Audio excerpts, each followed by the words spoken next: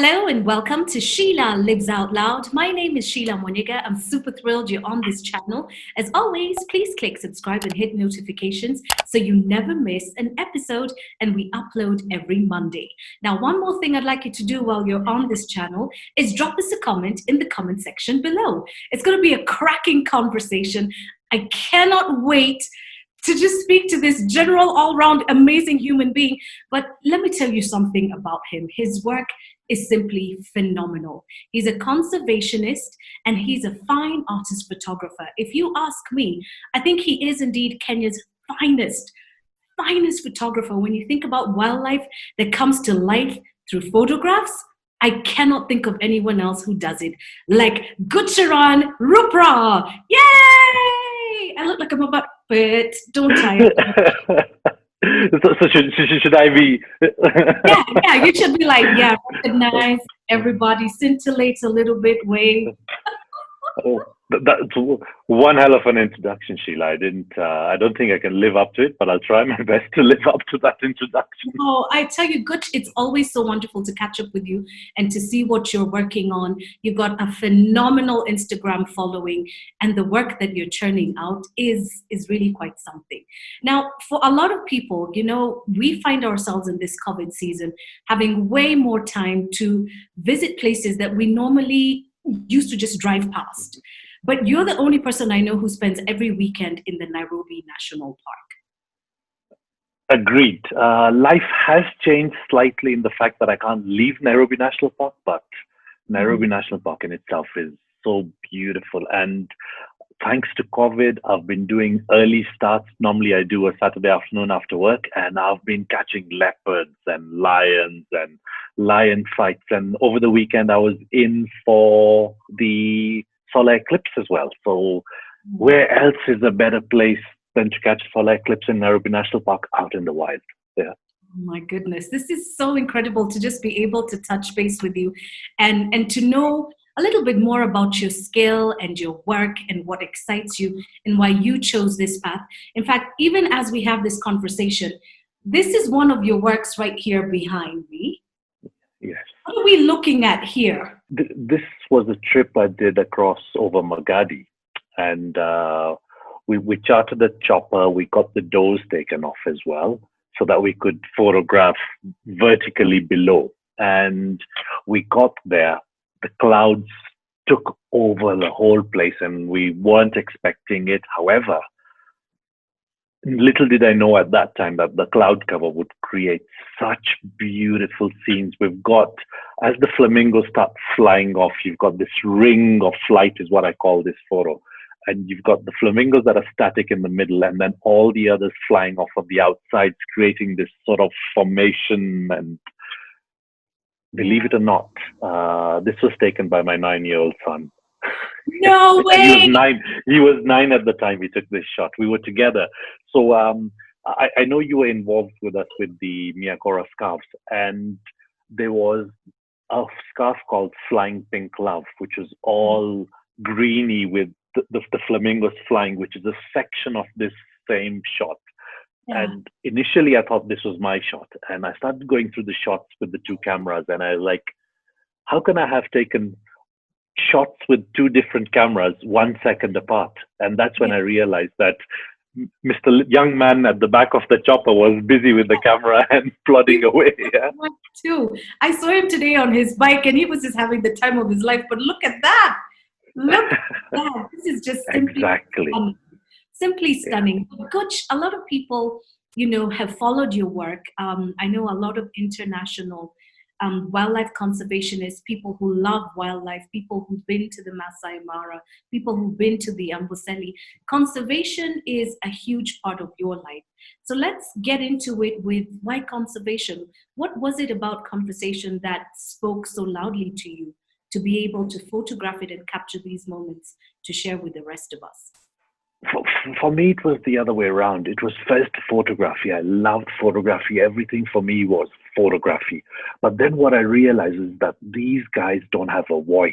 I see all these tourists, locals, people is probably the right word, coming into national park, behaving badly and treating the animals badly, treating our land badly. And that's the section. So as much as I can do, most of my work, I'll let conservation activities use my photographs. I let earnings that maybe print sales, I let those earnings come in and move across into conservation activities. As you know, we did a big thing with Amboseli Trust for Elephants, a lot with Angama as well, because all the sales that go from the photos go in. Obviously, when you enter the competition, the money goes into conservation as well.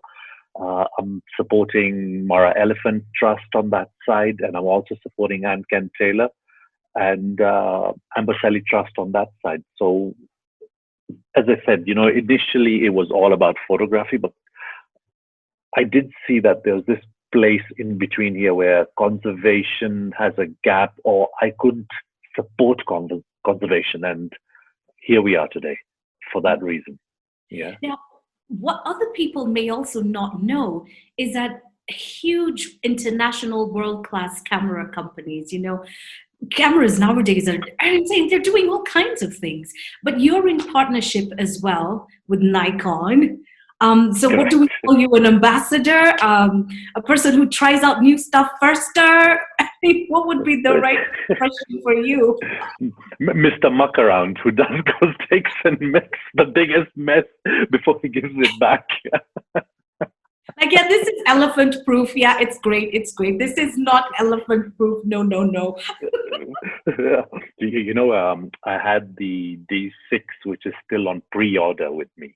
And I looked at the UK website, and the price online was about £6,500 for this camera. And I'm looking at it, and I want to go and photograph rhinos with it, and I want to go and photograph buffaloes with it, and I want to photograph them when they're like a meter away, and I'm not there to hold the camera in my hand, or I'm not going to risk my life for that. I was about to ask you, and how can you achieve that? Because this I want to see. Can I tag along? You're more than welcome, Sheila. Always happy to have you. Yeah. Thank you. Thank you. So, I mean, what do we call you for that? Is it someone who tries out new gadgets? Do you help them develop very specific kind of features for, say, wildlife photography? Is that part of what your partnership with them is about? A lot of things I'm not allowed to talk about. But what I can sort of say openly and say is content creation is a lot of thing. I do, a lot of content creation I do for them. And it's, you're getting a new piece of gear, you're going out, you're testing it, you're giving them back feedback on how it performed. And if there is any positives, if there are any negatives, they'd like to know, so at least they can go and review with the engineers. So a lot of it tends to be, I don't know. I've had a camera, but I'm not allowed to talk about it. Sometimes the cameras don't even come numbered. We don't know what the model is, but that's a different matter entirely. The nice part is when the camera comes in, it's just ready for launch, and let's get photos with it. Let's make sure that people can see that there are photographers using it, and yes, it's a capable camera. That's what's important for them. Yeah. Fantastic. Speaking about something that you mentioned at the start of this conversation, you made mention of Angama, and they've had this amazing competition running for, I think, 2 years now.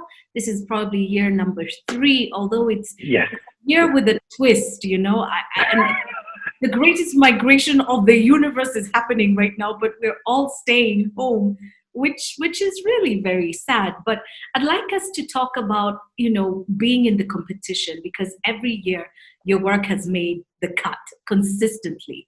How's that made you feel? It's definitely a very, very beautiful feeling to know that your work is worthy of being up on a competition of that caliber. I mean, I don't usually enter a lot of competitions. I somehow got convinced, and I've got embroiled in the greatest Masai Mara, and I enjoy sending photos in every month. But also the photo needs to be worthy. So I'll sit back and I'll say, okay, what do I have that is worthy of that competition?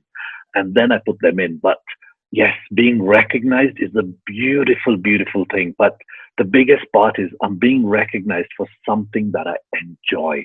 And I'm enjoying it no matter I'm recognized or not. And, I had an Instagram account, but I never posted wildlife stuff on it till maybe about a year and a half ago. Yeah, exactly. I was happy with Where Facebook, do and I we carried start on with with you? Facebook.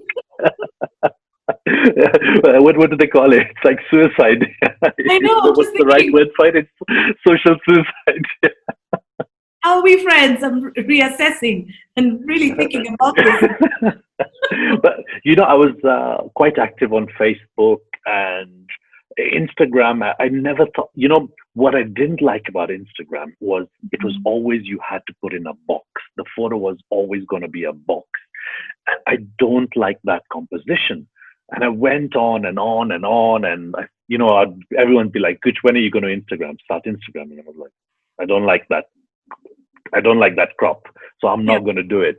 And now I still don't like the crop, but I put on these white borders, so the photo is still the normal wide or tall. Yeah, and at It least keeps I the can still, integrity of the yeah, photograph intact. yes, Yeah. I want to keep my composition. I want to keep my what should I say? How I want to crop the photo. I want to keep that consistent to it, and I found a way around it. And now I've started Instagramming, and yeah, it's It's it's incredible. it's running really fast. Yeah, so that's Yeah. good. And you've got Yeah, to keep posting. And now there's TikTok and there's all kinds of new platforms for you to engage with new. I know, don't laugh, don't laugh. Because no, Gooch, I've got 59 followers there, so we can start a race together. We're starting at the same level. And I know TikTok, for instance, is a lot of dancing, but when I think about conservation, a message is a message is a message. There's a yes, certain thing that wildlife, like you see, these flamingos, that's a dance right there. There's a yes, story to be told right there. And dancing doesn't necessarily have to be in the physical sense. When the zebra are running and you capture all these, I hear sounds, I smell things when I see your pictures. Okay, that sounds wrong. But, poo. you know, it's just surreal, surreal, surreal, surreal. The pictures you mentioned of the eclipse and the moon, you feel like you can touch it. It's just incredible. Your work needs to be seen. Your work should appeal and touch a new generation that's doing things differently. But speaking of making money, you've mentioned prints going on sale. Um, Yes, it's not easy to break the barriers and be on an international platform like yourself. And there are a lot of budding photographers in Kenya. There are a lot of even established photographers who cannot speak of selling their prints across the seas. What would you advise them? Where should they start? social media is probably the biggest capture for this, and um, that mingling with people, talking to people, surprisingly, uh, 95% of my print sales is outside of Kenya. It's UK, it's America, and those sort of countries are the ones who are buying these sort of stuff. But in Kenya, you go and tell a guy saying, "Ooh, you see that print behind the one Sheila you're looking at? Or I'm going to sell it to you for 100,000 bob or $1,000." And in Mhm. Kenya, people look at you and say, "Really? Yeah, And why Mirage so tell people. expensive?" Have a Yeah, painting. yeah, and then I come back and I say, okay, the reason for this being so expensive is if you think about just the cost of the chopper to Yeah. get to that location, it's way beyond. I can sell 50 of these and maybe not still recover the cost.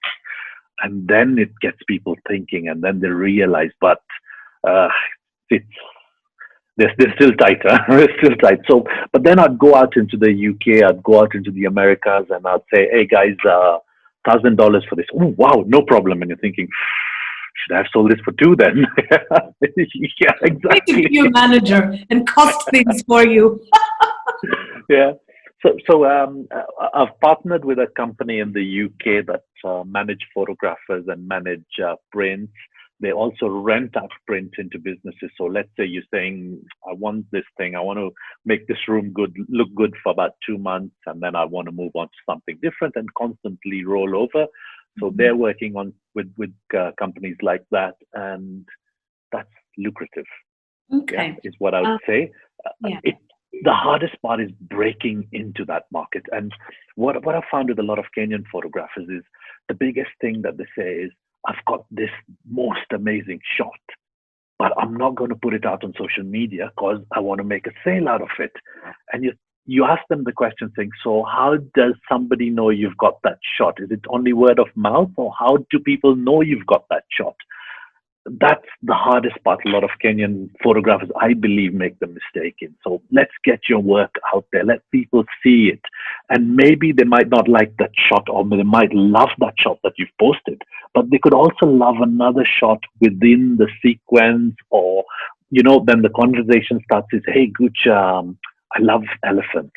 Wait, I've got some shots of elephants that I haven't posted. Let me share them with you. Whereas somebody could say, I like this shot. I want to buy it. So, you've got both of them. And if there's somebody who's interested in something that's not on social media, you can have that conversation with them and say, okay, here are unposted, or a sequence of that will also work for what you're looking for. I had an artist from Australia come up to me the other day. It says, there's this family of 4 are looking for animals in a group of 4. Because he's going to then take that photo and make a sketch out of it.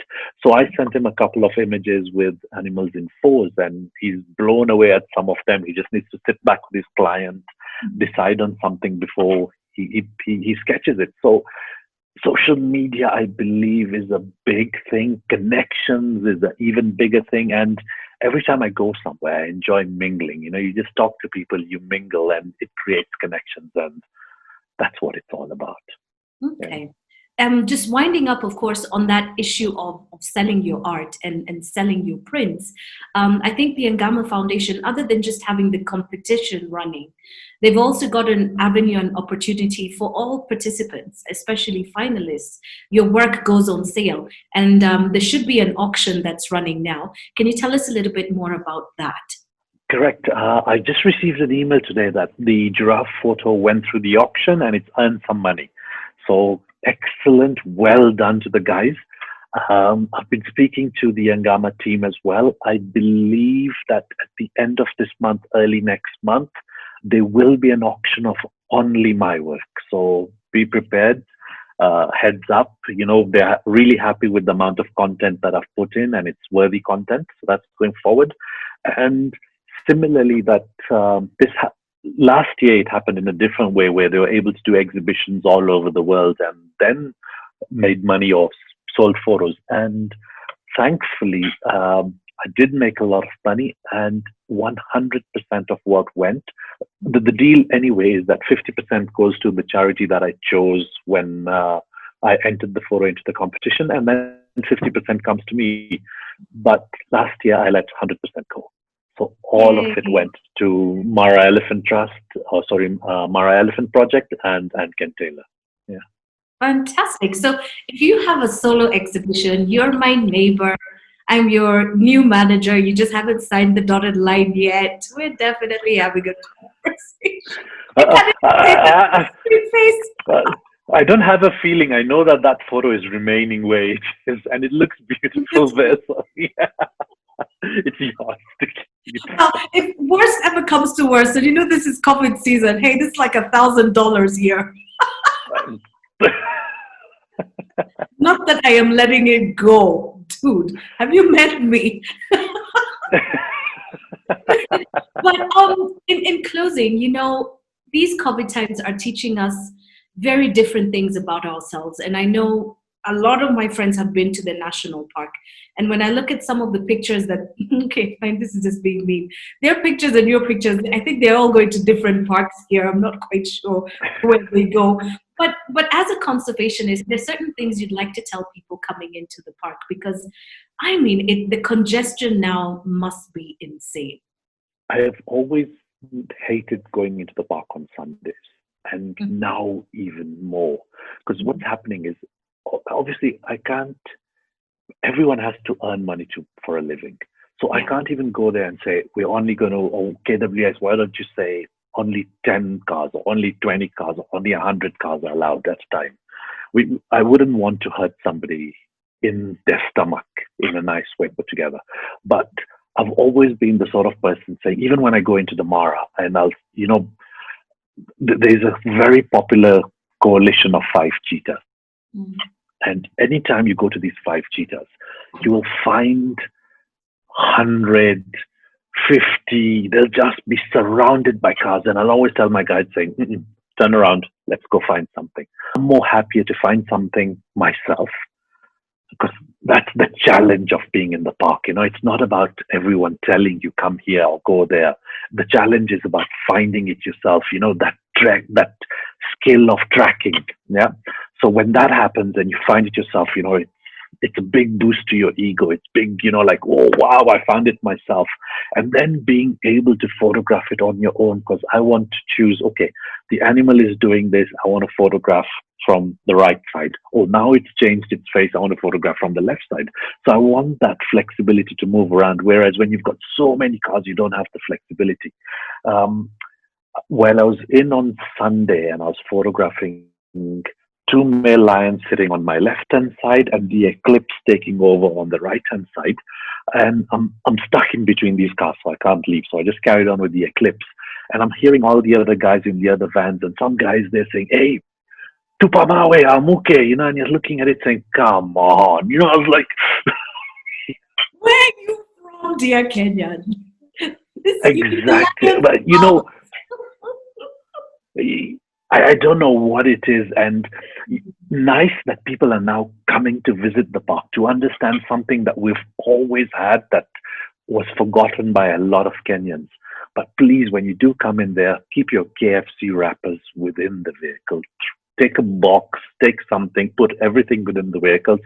And I'm so pleased that the government has come and said plastic total ban in the park. So fingers crossed. I mean, since paper bags were banned, the roads have also cleaned up. It's visual to see the roads cleaned up. And the unhappy part is that you could see a matatu passing by and one guy takes a Coke or a Fanta bottle and there it goes, yeah?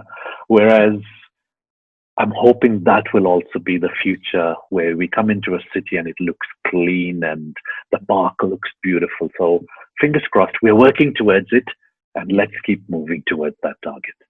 Exactly. Show some respect to this space. It is our heritage, yes, but it is the animals' home, and we have to respect their home. They don't drink out of plastic bottles. They don't eat some of the stuff that comes in wrappers that we like to eat. So if we go with that stuff, we come out with it. We don't leave it behind. Respect the animals. Don't shout at them. Don't throw stones at them. Don't joke with Kenyans. There are people with stones in their hey, way good. Please be careful. These people can be quite something. Thanks for the advice. And also, when I go and do my international workshops for Nikon, because I'm going and I'm talking to people who are in love with photography, and I always sit down and I sit into the workshop and I tell them, look, guys, it's nice that you've got your camera pointed, and it's nice that you're patient enough to wait. But sometimes we go a bit above the edge and we say, whistle, make a noise, make some banging sound so the animal can look and you can get the shot. Right. Yes, it works. You'll get one shot, you'll get two shots, you'll get three shots. And then the animal will say, this guy's disturbing me too much, get up and go away. Whereas if you sit there patiently, even if it means for hours, the shots that you will get within that sequence when he gets up or she gets up, the word I'm looking for is they forget you. They forget that you're there and they act so naturally, and you will get hundreds of photos. Exactly. Yeah. Okay. They'll give you the right moves. Huh? Yeah, they'll give you the angles. Exactly. I've even forgotten you're there. Angle. Where's your camera? Angle. Okay. Anyway, in winding up right now, talking about people who also want to get into photography, do you hold sessions with budding artists or established photographers? Do you have workshops in place? Are there things that you're doing, to share your skill? Yeah. So, I did a couple of workshops for Nikon, which are now beginner level, trying to get new guys to come into it. So a group of guys is good. Unfortunately, thanks to COVID, that we can't be doing social, or we have to be social distancing at the moment. Those sort of workshops are currently not happening. But yes, I've done workshops for Nikon in Kenya. I've done Dubai. I've done Oman. I've done what was the other country? Forgotten now. Don't worry about it. Yep. So I've done workshops internationally. You travel. I travel. I'm supposed to be this year. The plan was to do more regional workshops as well, Uganda, Tanzania inclusive. That will probably be put on hold until next year or until some of this clears up. With regards to professional wildlife photographers, yes, I do workshops. I can do like a one-on-one thing where we go from preparing your camera, preparing what we are trying to photograph, going out, photographing it, coming back, and then working through Lightroom as well, trying to process the photos to get them to a point where you can either go into prints or you can go into social media, just making sure you've edited, you've made sure the photos look as best as it could look. So all that put together, teaching my process of the work, which is important.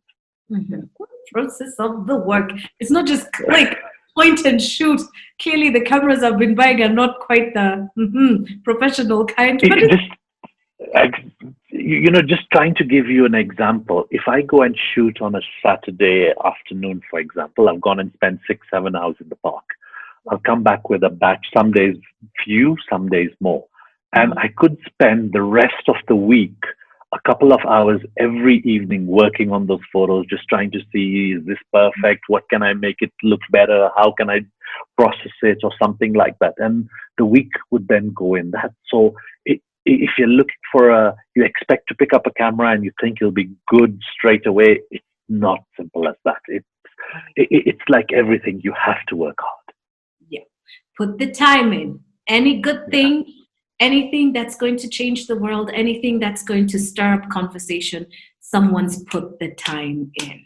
Yeah, agreed. Thank you. Thank you so much, Gurch. I don't want to stop talking, but you've got to get back to editing some more pictures, looking through some of the shots that you've taken. Thank you for your time. Thank you. I'm actually making a video for Nikon's D6. So I'll be used in talking about how the camera was and how it was. So we've done a bit of the video. We're just doing the narrations and fine tuning. So watch this space. There's soon a Nikon D6 video coming out from a Kenyan photographer on Kenyan soil. So that's what's important. And of course, I'm going to be sharing that with you. So check out my social media sites. I'll be posting his social media sites as well. Gurch, as always, great to see you. Keep churning out that great work. It's just, our heritage is so beautiful and you bring it to life in the most spectacular way and fashion. Thank you again for your time. And to everybody who's just watched, if you've enjoyed this and those pictures, there's more. There's more.